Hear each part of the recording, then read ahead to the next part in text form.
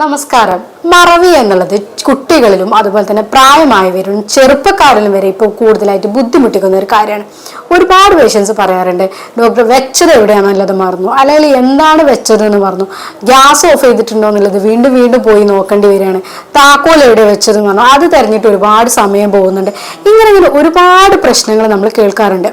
പഠിക്കുന്ന കുട്ടികളുടെ കാര്യത്തിലാണെങ്കിൽ എന്താ പഠിച്ചതെന്ന് പറഞ്ഞു, അല്ലെങ്കിൽ പരീക്ഷന്റെ സമയത്ത് പഠിച്ചതൊക്കെ മറന്നു പോവാണ്, അല്ലെങ്കിൽ ഇതൊന്നും റിട്രീവ് ചെയ്യാൻ പറ്റുന്നില്ല. ഒരുപാട് കാര്യങ്ങൾ തലേന്ന് പഠിച്ചിരുന്നു അല്ലെങ്കിൽ മുന്നേ പഠിച്ചിരുന്നു, ഇതൊന്നും പേപ്പറിലേക്ക് കാണുന്നില്ല. നല്ല പഠിക്കുന്ന കുട്ടിയാണ്, പക്ഷെ ഇതൊക്കെ എന്തൊക്കെയോ ഒരു പ്രശ്നങ്ങൾ കൊണ്ട് ഇതൊന്നും അങ്ങോട്ട് കംപ്ലീറ്റ് ചെയ്യാൻ പറ്റുന്നില്ല. അതേ രീതിയിലൊക്കെ പേഷ്യൻസ് അല്ലെങ്കിൽ നമ്മുടെ അടുത്തൊക്കെ എപ്പോഴും കൗൺസിലിങ്ങിന്റെ സമയത്തൊക്കെ തന്നെ പറയാറുണ്ട്.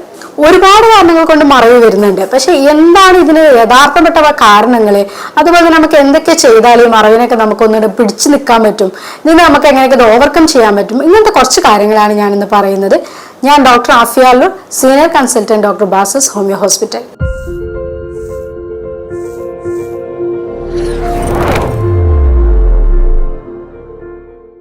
മറവി എന്നുള്ളത് ഒരു രോഗമായിട്ട് മാറുന്നത് എപ്പോഴാന്ന് വെച്ചിട്ടുണ്ടെങ്കിൽ നിങ്ങൾക്കൊക്കെ അറിയായിട്ടുണ്ടാവും, അൽഷിമേഴ്സ് അല്ലെങ്കിൽ മറവി രോഗമാണെന്നൊക്കെ പറയുന്നത്.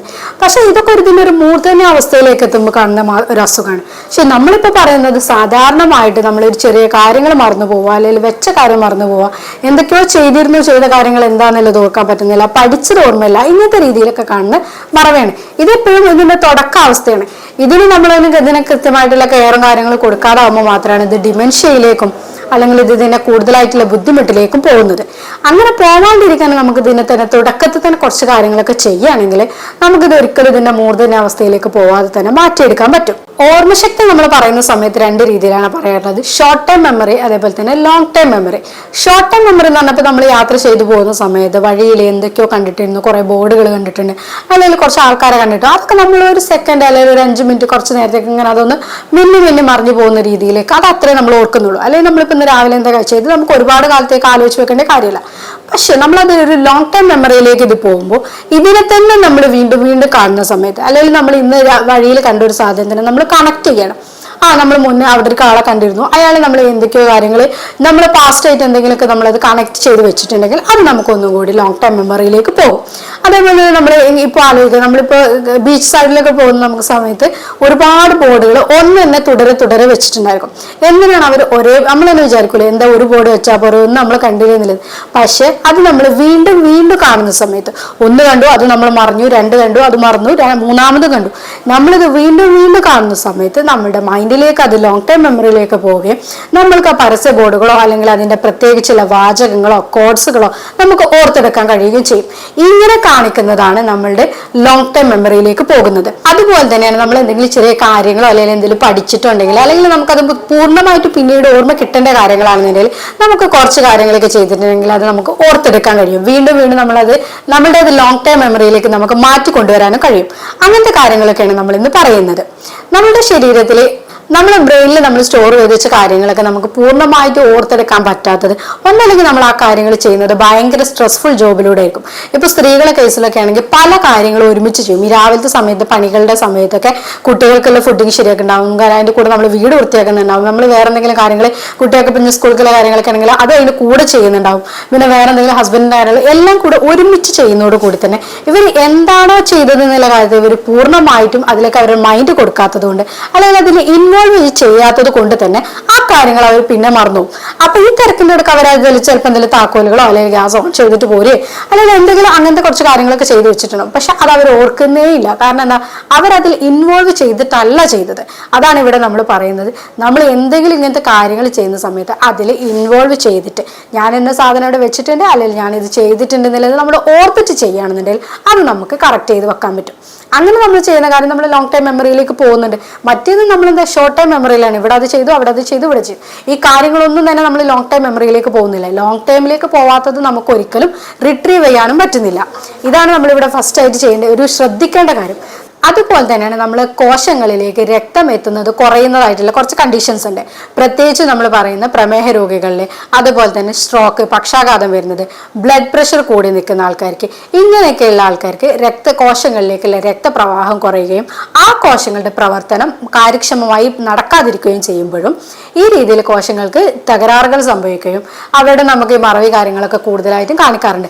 പ്രത്യേകിച്ച് നമ്മളിപ്പോൾ നമ്മുടെ ഫ്രോണ്ടൽ ലോബിലോ അല്ലെങ്കിൽ ടെമ്പറൽ ലോബ്, തലൻ്റെ ഈ സൈഡിലായിട്ട് അല്ലെങ്കിൽ ഫ്രോണ്ടൽ ലോബ്, മുന്നിലായിട്ടുള്ള ലോബ്, ഈ ലോബുകളിലൊക്കെയാണ് കൂടുതലായിട്ട് ഇങ്ങനെ നമ്മൾ ഈ മെമ്മറി കാര്യങ്ങളൊക്കെ നിൽക്കുന്നത്.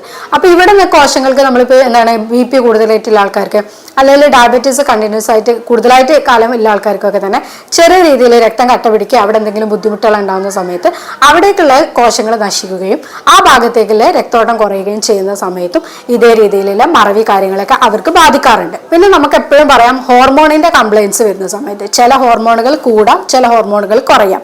ഇത് രണ്ടും ആണെങ്കിൽ സമയത്ത് കോശങ്ങൾ നശിക്കുകയും അതുപോലെ തന്നെ അത് അവർ മറവിയിലേക്ക് അല്ലെങ്കിൽ അവർക്ക് ഇതൊന്നും ഓർത്തെടുക്കാൻ പറ്റാതെ അല്ലെങ്കിൽ ഉന്മേഷം കുറയുന്ന ഇങ്ങനത്തെ രീതിയിലേക്കൊക്കെ നയിക്കാറുണ്ട്. പ്രത്യേകിച്ച് ഇതിൽ പറയുന്നത് നമ്മൾ തൈറോയിഡ് ഹോർമോണാണ്, നമ്മുടെ കഴുത്തിന്റെ സെൻട്രലിലെ ഹോർമോണാണ്. എല്ലാവർക്കും അറിയുന്ന രീതിയിൽ ഇവിടെയിലെ ഹോർമോൺസിൽ എന്തെങ്കിലും പ്രത്യേകിച്ച് സമയത്ത് നമ്മൾ കുറയുന്ന സമയത്ത് ഹൈപ്പോ തൈറോയിഡിസം എന്ന് പറഞ്ഞ കണ്ടീഷനിലാണ് ഇതിലും ഈ രീതിയിൽ പേഷ്യൻസ് മറവിയായിട്ട് ചില പേഷ്യൻസ് മറവിയാണ് ഫസ്റ്റ് തന്നെ നമ്മളെടുത്ത് പറയുന്നത്. അപ്പോൾ നമ്മൾ അവർക്ക് TSH ഒക്കെ ചെക്ക് ചെയ്യുന്ന സമയത്താണ് അവർക്ക് തൈറോയിഡിന്റെ കംപ്ലൈന്റ് ഉണ്ടെന്ന് തന്നെ അവർ തിരിച്ചറിയുന്നത്. അത്ര വരെ അവർക്ക് മറവിനെ കൊണ്ടുള്ള ബുദ്ധിമുട്ടുള്ള ആൾക്കാരും കാണിക്കാറുണ്ട്. അതുപോലെ തന്നെ കാണുന്നതാണ് നമ്മുടെ 2 വൃക്കകൾക്കും മേലെ ഒരു ചെറിയ ഗ്രന്ഥി ഉണ്ട്, അത് നമ്മൾ അഡ്രീനൽ ഗ്ലാൻഡ് എന്ന് പറയും. അതിൽ നിന്ന് ഉൽപ്പാദിപ്പിക്കുന്ന ഹോർമോണാണ് കോർട്ടിസോൾ എന്നുള്ളത്. ഈ കോർട്ടിസോൾ ഹോർമോണിന്റെ കൂടുകയും അതേപോലെ തന്നെ കുറയുകയും ചെയ്യുന്ന സമയത്തും ഇതേ രീതിയിലുള്ള മറവിയിലേക്കൊക്കെ നയിക്കാറുണ്ട്. കോർട്ടിസോൾ ഹോർമോൺ കൂടുന്ന സമയത്ത് അവർക്ക് വിഷാദം അല്ലെങ്കിൽ തടി കൂടുക ഇങ്ങനത്തെ പ്രശ്നങ്ങളൊക്കെ കാണിക്കുകയും അവർക്കത് മറവിയിലേക്കൊക്കെ ലീഡ് ചെയ്യുന്നുണ്ട്. അതുപോലെ തന്നെയാണ് കുറയുന്ന സമയത്തും ഈ ഉത്കണ്ഠ അങ്ങനത്തെ കാര്യങ്ങളൊക്കെ ഉണ്ടാകുന്ന സമയത്തും അപ്പോഴും ഇതേ രീതിയിൽ ഇപ്പൊ നമ്മൾ പറഞ്ഞ രീതിയിൽ മറവി രോഗത്തിലേക്കൊക്കെ നയിക്കാറുണ്ട്. വൈറ്റമിൻസിന്റെ കാര്യത്തിൽ എടുത്തു പറയേണ്ട ഒന്നാണ് വൈറ്റമിൻ B12 കാര്യം.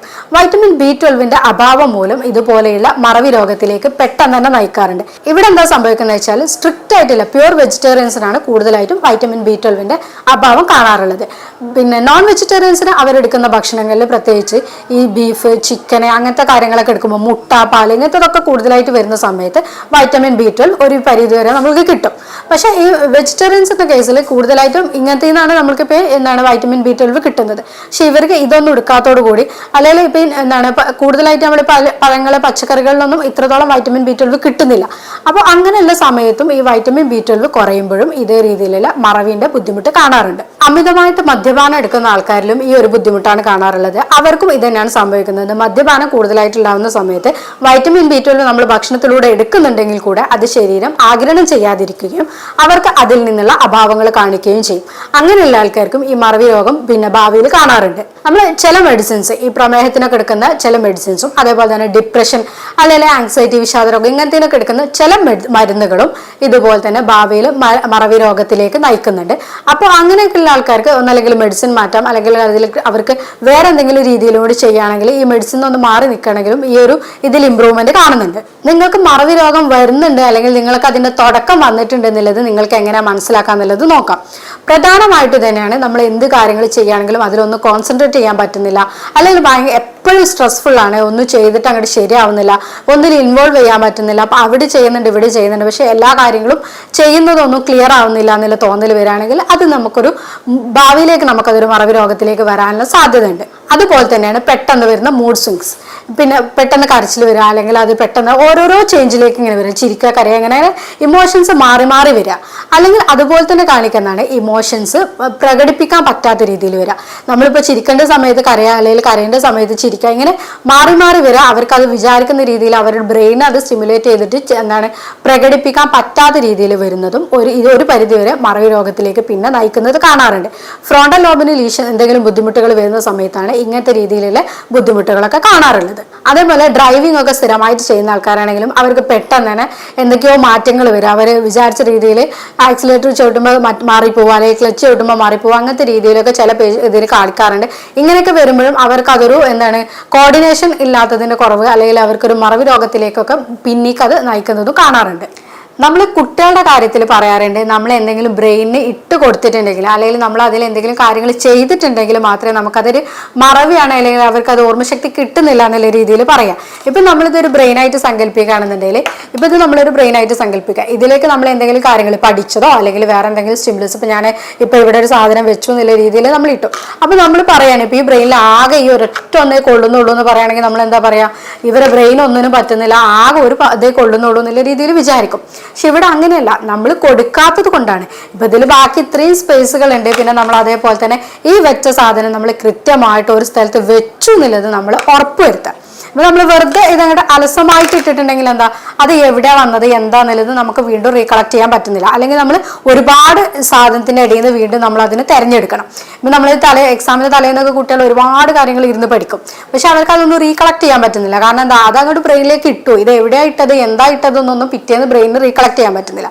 പക്ഷെ നമ്മൾ കൃത്യമായിട്ട് ഞാൻ ഇന്ന സാധനം ഇവിടെ വെച്ചു, അല്ലെങ്കിൽ നമ്മളിത് ബ്രെയിനിലേക്ക് ഞാൻ പഠിച്ചത് 1, 2, 3 പ്രാവശ്യം ഒരുമിച്ച് 1, 2, 3 പ്രാവശ്യം തന്നെ വീണ്ടും വീണ്ടും റിപ്പീറ്റ് ചെയ്യുക, അല്ലെങ്കിൽ വീണ്ടും വീണ്ടും റീകളക്ട് ചെയ്ത് വായിക്കുകയാണെന്നുണ്ടെങ്കിൽ ഇപ്പൊ ഇനിയിപ്പോൾ താക്കോൽ ഇങ്ങനത്തെ എന്ത് കാര്യമാണെങ്കിലും ഒക്കെ ഞാനിത് ഇവിടെ വെച്ചു എന്നുള്ളത് നമ്മുടെ ബ്രെയിനോട് പറഞ്ഞിട്ട് തന്നെ കൃത്യമായിട്ട് ചെയ്യുകയാണെന്നുണ്ടെങ്കിൽ സ്വാഭാവികമായിട്ട് നമുക്കത് റിട്രീവ് ചെയ്യാൻ പറ്റും. ഇന്ന സ്ഥലത്ത് വെച്ച സാധനം നമുക്ക് തീർച്ചയായിട്ടും തിരിച്ചെടുക്കാനും പറ്റും. അതേപോലെ തന്നെയാണ് കുട്ടികളുടെ കേസിലും. നമ്മളിപ്പോൾ പഠിക്കുന്ന കുട്ടികളൊക്കെ ആണെന്നുണ്ടെങ്കിൽ ഇന്ന സാധനം അവിടെ വെച്ചു അല്ലെങ്കിൽ നമ്മൾ ഇന്നത് പഠിച്ചു എന്നുള്ളത് ഉറപ്പ് വരുത്തും. ഞാനിത് വീണ്ടും വീണ്ടും റീകളക്ട് ചെയ്തിട്ടുണ്ട്, പഠിച്ചത് വീണ്ടും വീണ്ടും ചെയ്ത് നോക്കിയിട്ടുണ്ടെന്ന് അവർക്ക് ഉറപ്പ് വരികയാണെങ്കിൽ തീർച്ചയായിട്ടും അവർക്ക് പിറ്റേന്ന് അത് തിരിച്ചെടുക്കാനും പറ്റും. ഇപ്പം നമ്മൾ ഈ മറവി രോഗമായിട്ട് പറയുമ്പോൾ എപ്പോഴും ബന്ധപ്പെട്ട ഒരു സാധനമാണ് ഉറക്കം എന്നുള്ളത്. കൃത്യമായിട്ട് നമ്മൾ ഒരു 6 മണിക്കൂർ മുതൽ 8 മണിക്കൂർ വരെ ഉറങ്ങിയിട്ടുണ്ടെങ്കിൽ മാത്രമേ നമുക്ക് ഈ എല്ലാ കാര്യങ്ങളും ഒന്ന് ഓർത്തെടുക്കാൻ പറ്റുള്ളൂ. നമ്മൾ ഒരുപാട് ഇപ്പോൾ എക്സാമിൻ്റെ സമയത്തൊക്കെ ആണെങ്കിൽ കുട്ടികളെന്ന് വെച്ചാൽ 10-15 ദിവസം ഇരുന്ന് പഠിക്കും. പക്ഷെ എക്സാമിൻ്റെ തലേന്നും അവർ അതേപോലെ അതിലെങ്കാളും ഉറക്കം ഒഴിച്ചിട്ട് പഠിക്കും. അവർ ഒരു 1 മന്ത് മുന്നേ പഠിച്ചതോ അല്ലെങ്കിൽ അതിന് മുന്നേ പഠിച്ചതോ വരെ അവർക്ക് ഓർത്തെടുക്കാൻ പറ്റാത്ത അവസ്ഥയാണ് അവർക്ക് പിന്നെ വരിക. പക്ഷെ ഇവിടെ എങ്ങനെ ചെയ്യേണ്ടതെന്ന് വെച്ചാൽ നമ്മൾ എന്നും ഉറങ്ങുന്ന രീതിയിൽ തന്നെ തലേന്നും കറക്റ്റായിട്ട് ഉറങ്ങുകയാണെങ്കിൽ അവർക്ക് അതിന് മുന്നേ പഠിച്ച സാധനങ്ങളൊക്കെ അവർക്ക് ഓർത്തെടുക്കാൻ കഴിയും. അതാണ് ഇവിടെ ഫസ്റ്റ് ചെയ്യേണ്ടത്. അവർ എന്താണോ പഠിച്ചത് അവർക്ക് ഒരു എക്സാം ഹാളിൽ വെച്ചിട്ട് റിട്രീവ് ചെയ്യാനോ അല്ലെങ്കിൽ അവർക്കത് തിരിച്ചെടുക്കണമെന്നുണ്ടെങ്കിൽ അവർക്ക് നല്ല രീതിയിലുള്ള ഉറക്കം കിട്ടിയാൽ, പ്രത്യേകിച്ച് അവരെല്ലാ ഹോർമോൺസുകളും കാര്യങ്ങളൊക്കെ ആക്റ്റീവായിട്ടിരിക്കുന്ന സമയത്ത് അവർക്ക് ഇതൊക്കെ നന്നായിട്ട് തിരിച്ചെടുക്കാനും കഴിയുന്നുണ്ട്. മറവി രോഗം നിങ്ങൾക്ക് ഉണ്ടെങ്കിൽ അല്ലെങ്കിൽ ഇതിൻ്റെ ഒരു തുടക്കം നിങ്ങൾക്ക് ഉണ്ടെന്നുണ്ടെങ്കിൽ നിങ്ങൾ എങ്ങനെയൊക്കെയാണ് ഇതിനെ പ്രതിരോധിക്കുക എന്നുള്ളതാണ് നോക്കുന്നത്. ഇവിടെ എന്താണെന്ന് വെച്ചാൽ ഓൾറെഡി ഇങ്ങനത്തെ ആൾക്കാർക്കൊക്കെ സ്ട്രെസ് കൂടുതലായിരിക്കും, അല്ലെങ്കിൽ എപ്പോഴും ടെൻഷന് കാര്യങ്ങൾ ഇങ്ങനത്തെ ബുദ്ധിമുട്ടുകൾ കാര്യങ്ങളൊക്കെ ഉണ്ടാവും. അപ്പോൾ അവർ ഫസ്റ്റ് ചെയ്യേണ്ടത് വെച്ചാൽ ഒരു യോഗ അല്ലെങ്കിൽ എന്തെങ്കിലും അവർക്ക് പറ്റുന്ന രീതിയിലുള്ള എന്തെങ്കിലും വ്യായാമങ്ങളിൽ ഏർപ്പെടുക എന്നുള്ളതാണ്. അങ്ങനെ ചെയ്യുന്ന സമയത്ത് അവരുടെ മൈൻഡ് ഒന്ന് റിലാക്സ് ചെയ്യുകയും അവർക്ക് വീണ്ടും വീണ്ടും കാര്യങ്ങൾ ചെയ്യുന്നതൊക്കെ ഒന്ന് ഓർത്തെടുക്കാൻ പറ്റുകയും ചെയ്യും. ഇതിനൊരു പ്രത്യേകിച്ച് ഒരു സ്ഥലമോ അല്ലെങ്കിൽ ഞാൻ ഇന്ന സ്ഥലത്ത് പോയി ഇന്ന സമയത്ത് എൻ്റെ സ്ട്രെസ് കുറക്കാന്നുള്ളതൊന്നും അല്ല ചെയ്യുന്നത്. നമ്മൾ നിൽക്കുന്ന സ്ഥലത്ത് നമ്മളൊന്ന് ഫ്രീ ആയിട്ട് നിന്നുകൊണ്ട് തന്നെ, അല്ലെങ്കിൽ നമ്മളെ മൈൻഡൊക്കെ ഒന്ന് ഫ്രീ ആയിട്ട് റിലാക്സ് ചെയ്തുകൊണ്ട് അടുത്ത കാര്യങ്ങൾ ചെയ്യുകയാണെങ്കിൽ, അല്ലെങ്കിൽ ഇപ്പോൾ നമ്മൾ ചെയ്ത സ്ട്രെസ്സും കാര്യങ്ങളും ഇപ്പോൾ എക്സാമിൻ്റെ സമയത്തൊക്കെ നമ്മൾ പ്രത്യേകിച്ച് പറഞ്ഞു കൊടുക്കാറുണ്ട്. കൗൺസിലിങ്ങിൻ്റെ സമയത്തൊക്കെ ഇപ്പോൾ എക്സാം ഫങ്ക് അങ്ങനത്തെ കാര്യങ്ങളൊക്കെ വരില്ല. അപ്പോൾ അങ്ങനത്തെ സമയത്ത് പ്രത്യേകിച്ച് പറയാറുണ്ട് എന്താ വെച്ചാൽ എന്തായാലും മെഡിറ്റേഷൻ എന്നുള്ള രീതിയിലേക്ക് അല്ലെങ്കിൽ യോഗ, ബ്രീത്തിങ് എക്സസൈസ് കാര്യങ്ങളൊക്കെ നന്നായിട്ട് ചെയ്യുക. അതേപോലെ നന്നായിട്ട് വെള്ളം കുടിക്കുക. ഈ വെള്ളം കുടിക്കുന്ന സമയത്ത് തന്നെ ഒരുപാട് സ്ട്രെസ്സൊക്കെ നമുക്ക് കുറക്കാൻ പറ്റും. അങ്ങനെ നല്ല ഈ സ്ട്രെസ്സും കാര്യങ്ങളൊക്കെ കുറച്ച് വരുന്ന സമയത്ത് തന്നെ അവർക്ക് അവർ പഴയ കാര്യങ്ങളൊക്കെ തന്നെ ഓർത്തെടുക്കാൻ പറ്റും. അതേപോലെ അവർക്ക് ഇപ്പോൾ ഈ പഠിച്ച കാര്യങ്ങൾ അല്ലെങ്കിൽ വെച്ച കാര്യങ്ങളൊക്കെ തന്നെ വീണ്ടും വീണ്ടും ഓർത്തെടുക്കാനൊക്കെ കഴിയാറുണ്ട്. ഫുഡിന്റെ കാര്യത്തിൽ നമുക്ക് പറയുന്ന രീതിയിൽ തന്നെ ഇപ്പം ഞാൻ നേരത്തെ പറഞ്ഞു വൈറ്റമിൻ B12 കുറവ് എപ്പോഴും ഇങ്ങനത്തേക്ക് നയിക്കാറുണ്ട്. പക്ഷെ അത് നമുക്ക് ഒഴിവാക്കാൻ വേണ്ടിയിട്ട് വൈറ്റമിൻ B12 കൂടുതലായിട്ട് അടങ്ങിയ ഭക്ഷണങ്ങൾ കൂടുതലായിട്ട് എടുക്കാം. അപ്പോൾ അതിൽ നമ്മളിപ്പോൾ പറഞ്ഞു നോൺ വെജിറ്റേറിയൻസിനാണെങ്കിൽ ഇപ്പോൾ അവർ സാധാരണ കഴിക്കുന്ന ഈ ചിക്കന്, ബീഫ് അങ്ങനത്തെ കാര്യങ്ങളൊക്കെ തന്നെ മട്ടനൊക്കെ കാര്യങ്ങൾ കൂടെ കിട്ടും. അതൊക്കെ കറി വെച്ച് കഴിക്കുകയാണെങ്കിൽ ഒന്നുകൂടി നല്ലതാണ്. വെജിറ്റേറിയൻസ് ആണെങ്കിൽ എപ്പോഴും പയറുവർഗ്ഗങ്ങൾ, കടല, നട്ട്സ് അങ്ങനത്തെ കാര്യങ്ങളൊക്കെ കൂടുതലായിട്ട് ഉൾപ്പെടുത്താം. അവർക്ക് വേണമെങ്കിൽ സപ്ലിമെന്റ് എന്നുള്ള രീതിയിൽ വൈറ്റമിൻ B12 സപ്ലിമെന്റ്സ് എടുക്കാം. അങ്ങനെ ചില ആൾക്കാർക്ക് എങ്ങനെ കഴിച്ചാലും വൈറ്റമിൻ B12 ശരീരത്തിൽ ആഗിരണം ചെയ്യാൻ പെടാതിരിക്കാം. അപ്പോൾ അവർക്ക് വയറ് സംബന്ധമായിട്ടുള്ള ബുദ്ധിമുട്ടുകളും കാര്യങ്ങളൊക്കെ ഇതിൽ കാണും. അപ്പോൾ അവരങ്ങനെ വൈറ്റമിൻ B12 സപ്ലിമെന്റ് ആയിട്ട് തന്നെ എടുക്കാൻ നോക്കുക. omega-3 ഫാറ്റി ആസിഡ് എപ്പോഴും നമ്മൾ ഈ മറവി രോഗത്തിൽ നിന്നൊക്കെ രക്ഷപ്പെടുത്തുന്ന ഒരു സാധനമാണ്. നമ്മളെ കുറേ വീഡിയോസിൽ പറഞ്ഞിട്ടുണ്ട്. അതേപോലെ തന്നെ omega-3 ഫാറ്റി ആസിഡ് കൂടുതലായിട്ട് അടങ്ങിയതാണ്. നമ്മൾ സ്വാഭാവികമായിട്ട് കിട്ടുന്ന ഒരു സാധനമാണ് അയല, മത്തി, ചൂര അങ്ങനത്തെ സാധനം. അതിൽ മത്തിയാണ് കൂടുതലായിട്ട് പറയുന്നത്. ചെറുമത്സ്യങ്ങൾ കൂടുതലായിട്ട് എടുക്കാം. അതേപോലെ ഫ്ലാക്സ് സീഡ്സ് ഒക്കെ നല്ലതാണ്. പിന്നെ നട്ട്സുകൾ ഒരുവിധം എല്ലാത്തിലും തന്നെ ഈ omega-3 ഫാറ്റി ആസിഡ് കൂടുതലായിട്ട് അടങ്ങിയിട്ടുണ്ട്. അതെല്ലാം നമുക്ക് എടുക്കാം. വൈറ്റമിൻ K, വൈറ്റമിൻ E ഇതൊക്കെ തന്നെ ഇതിന് ഹെൽപ്പ് ചെയ്യുന്നുണ്ട്. അതൊക്കെ നമ്മൾ സാധാരണ ഇതിൽ നിന്ന് തന്നെ കിട്ടുന്നതാണ്, ഭക്ഷണങ്ങളിലൂടെ കാര്യങ്ങൾ കിട്ടുന്നതാണ്. അപ്പോൾ അതൊക്കെ നമുക്ക് ഒന്നും കൂടി പ്രൊമോട്ട് ചെയ്യാവുന്നതാണ്. നമ്മൾ മുന്നേ പറഞ്ഞ പോലെ തന്നെ അമിതമായിട്ടുള്ള മദ്യപാനം, പുകവലി ഇങ്ങനത്തതൊക്കെ ഉണ്ടെങ്കിൽ നിർബന്ധമായിട്ട് സ്റ്റോപ്പ് ചെയ്യുക. അതുപോലെ തന്നെ ഇവർ എപ്പോഴും വ്യായാമങ്ങൾ, എക്സസൈസോ ജോഗിങ്ങോ എന്തെങ്കിലും ഒരു കാര്യം ഇവർ ഡെയിലി റൂട്ടീൻ നിലയിൽ ഉൾപ്പെടുത്തുക. അമിതമായിട്ടുള്ള ഷുഗറിന്റെ ഉപയോഗം അല്ലെങ്കിൽ പ്രോസസ്ഡ് ഫുഡ്, പുറത്തുനിന്നുള്ള ഫുഡ് ഇതൊക്കെ കൂടുതലായിട്ട് ഉപയോഗിക്കുന്നവരാണെങ്കിൽ അതൊക്കെ ഒന്ന് ലിമിറ്റ് ചെയ്യുക. കുട്ടികളുടെ കേസിലാണെങ്കിൽ അവർക്ക് നമുക്കൊന്നില്ല പസിൽസ്, അതേപോലെ എന്തെങ്കിലും മെമ്മറി ഗെയിംസ്. ഇപ്പോൾ മെമ്മറി ഗെയിംസ് ഒക്കെ ഒരുപാട് അവൈലബിൾ ആണ്. അപ്പോൾ നമ്മൾ ഈ പഴയ രീതിയിലൊക്കെ നമ്മളൊക്കെ തന്നെ ഈ സുഡോക്കോ അല്ലെങ്കിൽ പസിൽസ് ഒക്കെ കൂടുതലായിട്ട് കളിച്ചിരുന്ന ആൾക്കാരായിരുന്നു. പക്ഷെ ഇന്നുള്ള കുട്ടികൾക്ക് അതൊന്നും അറിയില്ല. അവർക്ക് ഫോണിലുള്ള കുറേ ഗെയിംസ് കാര്യങ്ങൾ അറിയുള്ളൂ. പക്ഷെ അത് ഒഴിവാക്കിക്കൊണ്ട് നമുക്ക് ഈ രീതിയിലുള്ള മെമ്മറി ഗെയിംസ് ഒക്കെ ആകുമ്പോൾ അവരെ ഒന്നും കൂടി അവരെ ബ്രെയിൻ യൂസ് ചെയ്തിട്ട് തന്നെ ചെയ്യുന്നതാണ്. അപ്പോൾ അവരെ ഒന്നും കൂടി ഇതൊന്ന് ബൂസ്റ്റപ്പ് ചെയ്യാനും ഇങ്ങനത്തെ കാര്യങ്ങൾക്കൊക്കെ ഹെൽപ്പ് ചെയ്യും. അവരെ കൂടെ തന്നെ നമ്മളും കൂടി നിന്ന് കൊടുത്താണ് ഇങ്ങനത്തെ മെമ്മറി ഗെയിംസ് കാര്യങ്ങൾ ചെയ്യുമ്പോൾ ഈ ചെസ്സ് ഇങ്ങനത്തെ കാര്യങ്ങൾ, അതേപോലെ പസിൽസ് ഇങ്ങനത്തെയൊക്കെയാണ് ഒന്നും കൂടി ഇതിൽ കുറച്ചും കൂടി ഇമ്പോർട്ടൻ്റ് ആയിട്ട് നോക്കുന്നത്. അപ്പോൾ അതൊക്കെ നമ്മൾ അവരോട് ട്രെയിൻ ചെയ്ത് വരുന്ന സമയത്ത് ഇവർക്ക് ഈ ഒരു മെമ്മറി കാര്യങ്ങളൊക്കെ തന്നെ ഒന്ന് നന്നാക്കാൻ പറ്റാറുണ്ട്. ഓർമ്മശക്തി കുറവ് നിലയിൽ നമുക്ക് ഒഴിവാക്കിയിട്ട് തന്നെ ഇവർക്കൊക്കെ നല്ല ക്ലാസ്സിലും പഠനത്തിലൊക്കെ തന്നെ മുന്നോട്ട് വരാനും വേണ്ടി ഇവർക്ക് ഇത് ഹെൽപ്പ് ചെയ്യാറുണ്ട്. കുട്ടികളുടെ കേസിൽ നമുക്ക് അവർക്ക് ഉൾപ്പെടുത്താൻ പറ്റിയൊരു സാധനമാണ് നെയ്യ് എന്നുള്ളത്. പ്രത്യേകിച്ച് നമ്മൾ വീട്ടിൽ തന്നെ ഉണ്ടാക്കുന്ന നെയ്യാണെങ്കിൽ ദിവസവും രാവിലെ വെറും വയറ്റിൽ നമ്മൾ അവർക്കൊരു സ്പൂൺ നെയ്യ് കൊടുക്കുകയാണെങ്കിൽ അവരുടെ മെമ്മറി നമുക്ക് നന്നായിട്ട് കൂട്ടാൻ പറ്റുന്നുണ്ട്. അതേപോലെ തന്നെയാണ് പീനട്ട് നമുക്ക് ജാമായിട്ട് കൊടുക്കാം, അല്ലെങ്കിൽ ബട്ടറായിട്ട് നമ്മൾ ഒരു ക്രീമായിട്ടൊക്കെ പറയില്ല. അങ്ങനത്തെ നമ്മൾ വീട്ടിൽ തന്നെ ഉണ്ടാക്കിയിട്ട് കൊടുക്കുകയാണെങ്കിൽ ഇതൊക്കെ അവർക്ക് നന്നായിട്ട് തന്നെ ഇതിനൊക്കെ ഹെൽപ്പ് ചെയ്യുന്നുണ്ട്. അതുപോലെ തന്നെയാണ് ഡാർക്ക് ചോക്ലേറ്റ്. നമ്മളിന്നിപ്പോൾ മാർക്കറ്റിൽ അവൈലബിൾ ആയിട്ടുള്ള എല്ലാ ചോക്ലേറ്റ്സുകളും അല്ല, എല്ലാ ചോക്ലേറ്റ്സ് കുറേയൊക്കെ എന്താ വെച്ചാൽ ഈ കൊക്കോ പൗഡറും അതേപോലെ തന്നെ മൈദങ്ങളും കൂടി കൂട്ടിയിട്ടുണ്ടാക്കുന്ന ഒരു സാധനമാണ്. അങ്ങനെയല്ലാണ്ട് ഒറിജിനൽ ഡാർക്ക് ചോക്ലേറ്റ് ഇതിലെന്താ വെച്ചാൽ കുറച്ചൊരു കൈപ്പരസം ഉണ്ടായിരിക്കും. പക്ഷേ ഇത് എപ്പോഴും ഈ മെമ്മറി കൂട്ടാൻ അല്ലെങ്കിൽ ഓർമ്മശക്തിയൊക്കെ നന്നാക്കാൻ വേണ്ടിയിട്ട് ഹെൽപ്പ് ചെയ്യുന്ന ഒരു സാധനമാണ്. ഇതൊക്കെ കുട്ടികൾക്കാണെങ്കിലും പ്രായമായവർക്കാണെങ്കിലും സ്ഥിരമായിട്ട് കൊടുക്കുക. അവരുടെ ഡെയിലി ഭക്ഷണത്തിൽ നമ്മൾക്ക് ഈ നെയ്യും അതേപോലെ തന്നെ നല്ല ഈ പീനട്ട്, കടല അങ്ങനത്തെ സാധനങ്ങളൊക്കെ ഡെയിലി ആയിട്ട് ഉൾപ്പെടുത്തുകയാണെങ്കിൽ അവർക്ക് ഈ ഒരു മറവി രോഗ നിലയിലേക്ക് പോവാണ്ട്, അല്ലെങ്കിൽ പ്രായമായവർക്ക് പ്രത്യേകിച്ച് അൽഷിമേഴ്സ് അല്ലെങ്കിൽ ഡിമെൻഷ്യ ഇങ്ങനത്തെ അസുഖങ്ങളിലേക്ക് പോവാണ്ട് തന്നെ അവരെ നമുക്ക് ബാക്ക് കൊണ്ടുവരാൻ കഴിയും. നമ്മളിപ്പോൾ ഈ പറഞ്ഞ കാര്യങ്ങളൊക്കെ ചെയ്യുന്നതോട് കൂടി തന്നെ കൂടുതലായിട്ട് മറവി രോഗത്തിന്റെ ബുദ്ധിമുട്ടുണ്ട് എന്നുണ്ടെങ്കിൽ നമുക്ക് ഹോമിയോപ്പതിയിൽ ഇതിൽ ഒരുപാട് മെഡിസിൻസ് അവൈലബിൾ ആണ്. പ്രത്യേകിച്ച് നമ്മൾ ബ്രഹ്മി, അനാകാർഡിയം അങ്ങനത്തെ ഒരുപാട് മെഡിസിൻസ് നമ്മളിതിൽ നമുക്ക് ഹെൽപ്പ് ചെയ്യാറുണ്ട്. നമ്മൾ കൗൺസിലിങ്ങിന്റെ കൂടെ തന്നെ ഇങ്ങനത്തെ മെഡിസിൻസ് കൂടി കുട്ടികൾക്കാണെങ്കിലും അതേപോലെ പ്രായമായവർക്കാണെങ്കിലും കൊടുക്കാറുണ്ട്. അവർക്ക് നമുക്ക് അതിൻ്റെ ഇമ്പ്രൂവ്മെന്റും കാര്യങ്ങളും കിട്ടാറുണ്ട്. നമ്മൾ ഇതിൽ കൃത്യമായിട്ട് അവരുടെ ശാരീരിക ലക്ഷണങ്ങളും അതേപോലെ തന്നെ അവരുടെ മാനസിക ലക്ഷണങ്ങൾ, ഇപ്പോൾ നമ്മൾ പറഞ്ഞ രീതിയിൽ സ്ട്രെസ് ആവാം, ചിലർക്ക് ഇതൊന്നും ഓർത്തെടുക്കാൻ പറ്റുന്നില്ല, അവർ വേറെ കുറേ പ്രശ്നങ്ങളുടെ ഉള്ളിലേക്ക് നിൽക്കുന്നവർക്കും, അല്ലെങ്കിൽ ഹൈപ്പോതൈറോയിഡിസത്തിൻ്റെ പ്രശ്നമാകാം, ഇപ്പം നമ്മൾ പറഞ്ഞ കോർട്ടിസോളിൻ്റെ പ്രശ്നങ്ങൾ, ഇങ്ങനെ ഒരുപാട് ലക്ഷണങ്ങൾ മുന്നേ പറഞ്ഞ അല്ലെങ്കിൽ ഒരുപാട് കാരണങ്ങൾ പറഞ്ഞു. ഈ കാരണങ്ങളൊക്കെ നോക്കിയിട്ടാണ് നമ്മളിതിൽ ഇവർക്ക് ട്രീറ്റ്മെൻറ്റ് ആയിട്ട് കൊടുക്കുന്നത്. അപ്പോൾ ഇതിൻ്റെ കൂട്ടത്തിൽ തന്നെ നമ്മളിപ്പോൾ ഈ പറഞ്ഞ കാര്യങ്ങളൊക്കെ ഒന്ന് കൺട്രോൾ ചെയ്യുക, ഫുഡ് കുറച്ചും കൂടി നന്നായിട്ട് ഇമ്പ്രൂവ് ചെയ്യുക, അവരുടെ ലൈഫ് സ്റ്റൈൽ ഒന്ന് നന്നാക്കുക, വ്യായാമങ്ങളൊന്ന് നന്നാക്കി കൊടുക്കുക. അങ്ങനത്തെ എല്ലാം കൂടി ചെയ്യുന്ന സമയത്ത് നമ്മൾ മെഡിസിനും കൂടെ കൊടുക്കുമ്പോൾ നമുക്കിതിൽ നല്ല റിസൾട്ട് തന്നെ കിട്ടാറുണ്ട്. ഞാനിപ്പോൾ ഈ പറഞ്ഞ ഈ രോഗം അല്ലെങ്കിൽ മറവി രോഗം കൊണ്ട് നിങ്ങൾ ബുദ്ധിമുട്ടുന്നുണ്ടെങ്കിൽ, അതേപോലെ തന്നെ ഓർമ്മശക്തി നിങ്ങൾക്ക് എടുക്കാൻ പറ്റുന്നില്ല, അല്ലെങ്കിൽ കുട്ടികൾക്ക് പഠിച്ചതൊന്നും കറക്റ്റായിട്ട് കിട്ടുന്നില്ല, ക്ലാസ്സിലൊക്കെ എപ്പോഴും ബാക്കിലാണെങ്കിൽ എന്തെങ്കിലും ബുദ്ധിമുട്ടായിട്ട് നിങ്ങൾക്ക് തോന്നുന്നുണ്ടെങ്കിൽ നിങ്ങൾക്ക് താഴെ കൊടുത്ത വാട്സപ്പ് നമ്പറിൽ നിങ്ങൾക്ക് എന്നെ കോൺടാക്ട് ചെയ്യാവുന്നതാണ്. ഞാൻ doctor ആഫിയാലോ, senior consultant, doctor ബാസസ് homeo hospital, Malappuram ജില്ല.